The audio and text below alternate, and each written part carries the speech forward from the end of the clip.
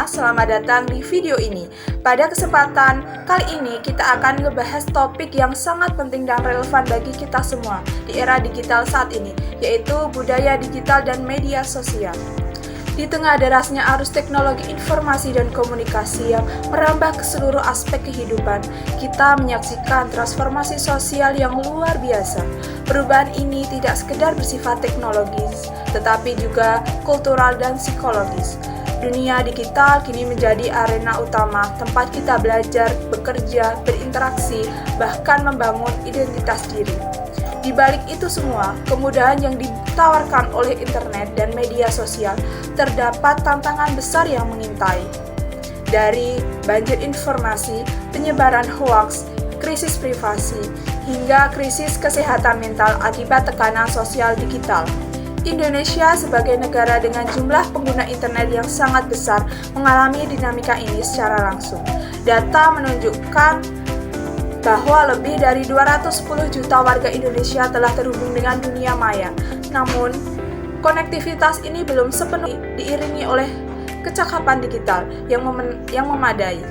Literasi digital bukan lagi menjadi pilihan, melainkan kebutuhan fundamental untuk bertahan dan tumbuh dalam ekosistem digital yang kompleks. Kita hidup di dunia yang sangat berbeda dari beberapa dekade lalu.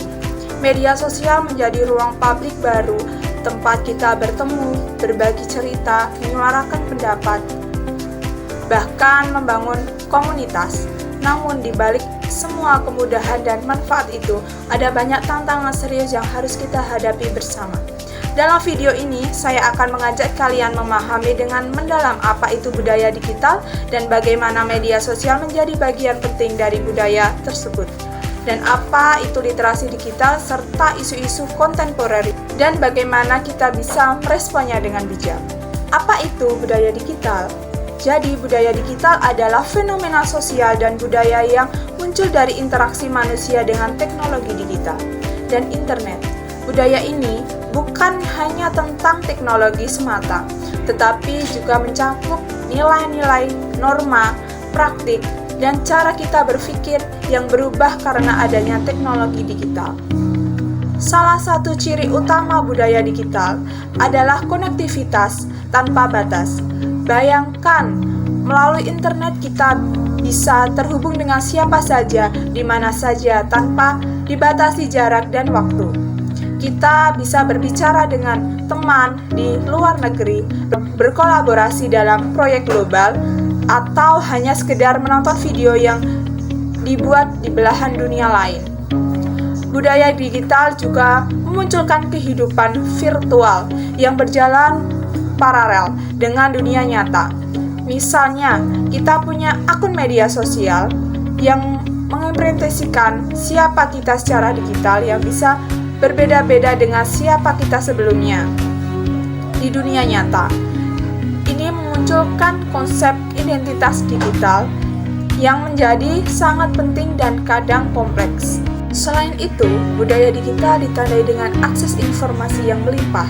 Siapapun bisa menjadi produsen informasi, bukan hanya konsumen. Ini membuka peluang besar untuk demokratisasi informasi, tapi juga menimbulkan risiko karena tidak semua informasi yang beredar akurat dan terpercaya. Kedua, media sosial. Wadah utama budaya digital, media sosial seperti Facebook, Instagram, TikTok, dan Twitter adalah arena utama terbentuknya budaya digital. Platform ini tidak hanya menjadi sarana komunikasi, tapi juga tempat orang membangun identitas, berekspresi, bahkan berjuang dalam ruang sosial dan politik. Ada 4 fungsi utama media sosial dalam budaya digital. Yang pertama, distribusi informasi, yaitu media sosial memungkinkan penyebaran informasi secara cepat dan luas. Namun, sayangnya ini juga memudahkan penyebaran disinformasi dan hoaks yang bisa membahayakan masyarakat. 2. Ekspresi diri dan kreativitas. Pengguna media sosial bebas mengekspresikan diri melalui foto, video, meme, dan berbagai konten digital lainnya. Ini membuka ruang bagi budaya populer dan subkultural yang beragam. 3. Pembentukan komunitas. Orang-orang dengan minat dan tujuan yang sama bisa berkumpul dengan komunitas daring. Ini memperkuat solidaritas dan memungkinkan kolaborasi. Keempat, sarana ekonomi digital. Media sosial menjadi ladang penghasilan lewat influencer marketing, iklan, dan perdagangan daring. Namun, media sosial juga membawa beberapa pengaruh besar seperti echo chamber, di mana pengguna hanya terpapar informasi yang sesuai dengan pandangannya saja, atau algoritma manipulatif. Selanjutnya adalah literasi digital. Literasi digital adalah kemampuan yang harus dimiliki semua orang agar bisa menggunakan teknologi dan media sosial secara cerdas dan bertanggung jawab. Literasi digital lebih dari sekedar tahu cara menggunakan gadget atau aplikasi, tetapi juga meliputi 1. Kemampuan teknis untuk menggunakan perangkat dan aplikasi dengan aman. Kedua, kemampuan analisis informasi untuk agar bisa memverifikasi fakta dan membedakan antara berita hoax atau asli. Ketiga, pemahaman media. Mengetahui bagaimana media membuat pesan dan bagaimana pesan tersebut bisa mempengaruhi kita. Yang keempat, etika digital, yaitu kesadaran tentang bagaimana berperilaku yang baik dan menghormati orang lain di dunia maya. Yang kelima, partisipasi sosial digital, menggunakan teknologi untuk kegiatan positif seperti edukasi, advokasi, dan kolaborasi. Organisasi seperti UNESCO menegaskan bahwa literasi digital adalah fondasi untuk masyarakat abad 21 yang harus dikembangkan secara menyeluruh, mulai dari sekolah hingga keluarga dan masyarakat luas. Selanjutnya ada dampak budaya digital dan media sosial. Budaya digital telah mengubah banyak aspek kehidupan, di antaranya. Yang pertama ada pendidikan. Pembelajaran jarak jauh jadi semakin umum. Teknologi memudahkan akses pengetahuan, tapi juga menuntut siswa dan guru memiliki kemampuan digital yang memadai. Tantangannya termasuk kesenjangan akses dan gangguan konsentrasi akibat distraksi digital. Kedua, ada ekonomi. Munculnya ekonomi kreatif digital, influencer marketing, dan bisnis e-commerce membuka peluang baru. Namun, juga muncul masalah seperti penipuan daring dan eksploitasi data. Ketiga, ada politik dan sosial. Media sosial memudahkan mobilitas massa dan aktivisme, tapi juga menimbulkan polarisasi dan penyebaran ujaran kebencian. Yang terakhir ada psikologis dan kesehatan mental. Penggunaan media sosial yang tidak sehat bisa menyebabkan kecemasan atau stres dan masalah citra diri, terutama pada remaja dan anak muda.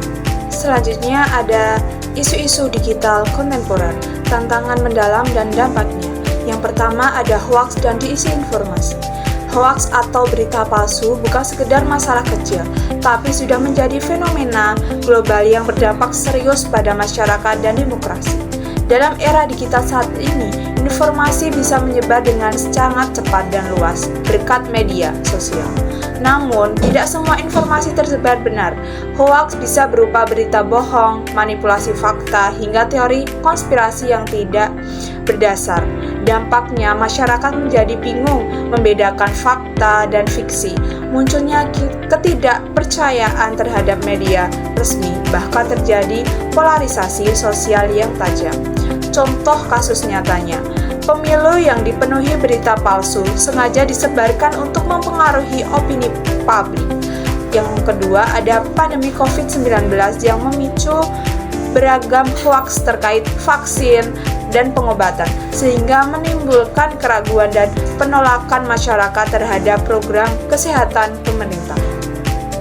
Adapun dampak jangka panjangnya, yang pertama dapat merusak kepercayaan sosial dan institusi publik. Kedua, mendorong intoleransi dan konflik sosial. Yang ketiga, menurunkan kualitas demokrasi karena keputusan masyarakat didasarkan pada informasi yang salah. Yang kedua, ada cyberbullying dan kekerasan daring. Kekerasan yang terjadi di dunia digital kini makin marak. Cyberbullying berupa pelecehan verbal, penyebaran foto dan video pribadi tanpa izin, intimidasi dan fitnah melalui media sosial bisa menyebabkan trauma psikologis yang mendalam terutama pada remaja dan anak-anak. Fakta pentingnya nih, korban cyberbullying rentan mengalami depresi, kecemasan, bahkan kasus bunuh diri. Kedua, pelaku sering merasa aman karena anonimitas dan jarak yang diberikan dunia maya. Selanjutnya, upaya pencegahan yang efektif. Yang pertama, mengajarkan empati dan etika digital sejak dini. Yang kedua, mengajarkan dan memberikan ruang aman di sekolah dan rumah untuk melapor dan mendapatkan pendampingan. Yang ketiga, ada regulasi dan sanksi hukum terhadap pelaku kekerasan daring. Yang ketiga, ada kecanduan digital dan kesehatan mental. Ketergantungan pada media sosial dan gadget membuat banyak orang sulit mengontrol waktu mereka secara sehat. Fenomena seperti FOMO atau kebiasaan-kebiasaan terus-menerus membaca berita negatif dan kebutuhan validasi dari likes dan komentar bisa memicu stres, gangguan tidur, bahkan gangguan mental seperti depresi. Tanda-tanda kecanduan digital yang pertama, waktu penggunaan gadget melebihi batas sehat. Kedua, mengabadikan aktivitas sehari-hari dan hubungan sosial nyata. Yang ketiga, perasaan gelisah dan cemas saat tidur, tidak mengakses media sosial. Jadi strategi pengatasannya bagaimana? Atau pencegahannya? Yang pertama ada edukasi tentang penggunaan digital sehat, digital well-being. Kedua, mendorong detox digital secara berkala, misalnya dengan mengurangi screen time, melakukan aktivitas fisik dan meditasi. Yang keempat, ada deepfake dan realitas palsu. Deepfake adalah teknologi manipulasi gambar dan video yang sangat realistis sehingga sulit dibedakan dengan asli. Teknologi ini bisa digunakan untuk membuat video palsu yang merugikan orang, seperti penyebaran fitnah, penipuan, atau manipulasi politik. Bahaya yang muncul yang pertama dapat menghilangkan kepercayaan publik pada media visual. Kedua, memicu konflik sosial karena video palsu yang kontroversial. Yang ketiga, digunakan untuk menipu dan pemerasan. Selanjutnya, upaya penanggulangannya bagaimana? Yang pertama, pengembangan teknologi deteksi deepfake berbasis AI. Kedua, pendidikan visual agar masyarakat kritis terhadap sumber dan keaslian konten. Ketiga, ada regulasi ketat dan penegakan hukum terhadap penyalahgunaan teknologi seperti ini. Selanjutnya yang terakhir ada strategi peningkatan literasi digital di semua lini. Yang pertama ada integrasi kurikulum literasi digital di sekolah. Pendidikan formal harus menjadi fondasi utama pengembangan literasi digital. Kurikulum literasi digital perlu diintegrasikan secara menyeluruh mulai dari jenjang dasar hingga perguruan tinggi dengan metode yang interaktif dan aplikatif. Metode Project Based Learning (PJBL) misalnya, siswa diberikan proyek nyata yang melibatkan penggunaan teknologi secara kritis dan kreatif. Misalnya membuat kampanye anti-hoax dan konten edukasi digital. Pembelajaran lintas disiplin. Literasi digital tidak hanya diajarkan di pelajaran komputer, tetapi juga diintegrasikan di pelajaran bahasa, sosial, dan seni. Kedua, ada edukasi keluarga dan orang tua. Orang tua dan keluarga memiliki peran yang vital dalam mendampingi anak menggunakan teknologi. Edukasi parenting digital perlu didorong melalui yang pertama ada workshop dan seminar parenting digital, memberikan pemahaman tentang risiko dan manfaat teknologi serta cara pengawasan yang efektif. Yang kedua, pendampingan aktivitas digital. Dengan anak, orang tua diajarkan untuk aktif berdiskusi dan memantau aktivitas daring anak tanpa mengintervensi secara berlebihan. Selanjutnya ada membangun budaya digital sehat di rumah. Misalnya menentukan waktu tanpa gadget, mendorong aktivitas offline dan komunikasi tatap muka. Selanjutnya ada pendidikan profesional dan dunia kerja. Dunia kerja yang semakin digital menuntut keterampilan literasi digital dan etika komunikasi. Pelatihan etika digital korporat meningkatkan kesadaran tentang jejak digital dan tata cara komunikasi yang profesional dan sopan. Kesadaran akan digital footprint, memahami bahwa aktivitas digital meninggalkan jejak yang bisa berdampak positif dan negatif bagi karir. Yang terakhir ada peran generasi muda sebagai agen perubahan. Generasi muda adalah ujung tombak perubahan budaya digital yang lebih sehat. Membuat konten positif dan edukatif misalnya, remaja dan mahasiswa dapat menjadi kreator konten yang mengedukasi dan menginspirasi. Yang kedua ada menginspirasi komunitas dan gerakan digital. Membentuk kelompok yang aktif menyebarkan literasi digital dan memerangi hoaks.